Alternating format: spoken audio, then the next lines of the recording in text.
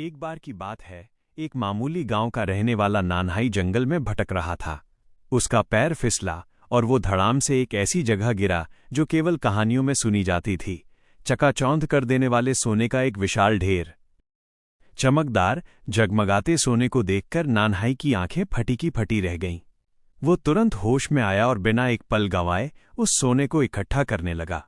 ये कोई साधारण सोना नहीं था, ये किंवदंतियों का शापित सोना था, जिसके बारे में कहा जाता था कि जो भी इसे छूता है उसे आगे चलकर भयंकर विपत्तियां घेर लेती हैं। लेकिन लालच ने नानहाई को अंधा कर दिया था। इस समय उसके दिमाग में केवल एक ही बात थी, और सोना, और ज्यादा सोना। मानो उसके 100 हाथ निकल आए हों, वो पागलपन की तरह बटोरने लगा। उसे डर था कि कहीं वो एक भी कण पीछे न छोड़ दे। अचानक उसकी नजर एक सुनहरी चमक पर पड़ी। वो उत्सुकतावश आगे बढ़ा, लेकिन सामने का दृश्य देखकर वो सचमुच डर गया। वहां सोने के ढेर के बीच एक मानव कंकाल पड़ा था, जिसने ये सिद्ध कर दिया कि नानहाई से पहले भी यहां कोई आया था और बच नहीं पाया था।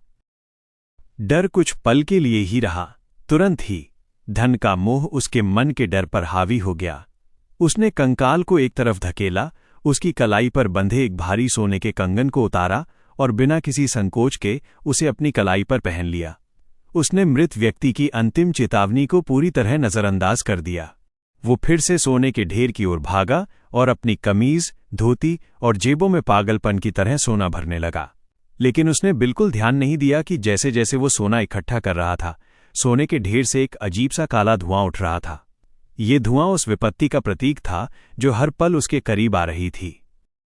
जब शाम ढलने पर उसके साथी उसे खोजने वहां पहुंचे तो नानहाई गायब हो चुका था। सोने का ढेर अब केवल राख जैसा लग रहा था। वहां बस उसके जले हुए लालच की निशानी के तौर पर एक जली हुई चप्पल पड़ी रह गई थी।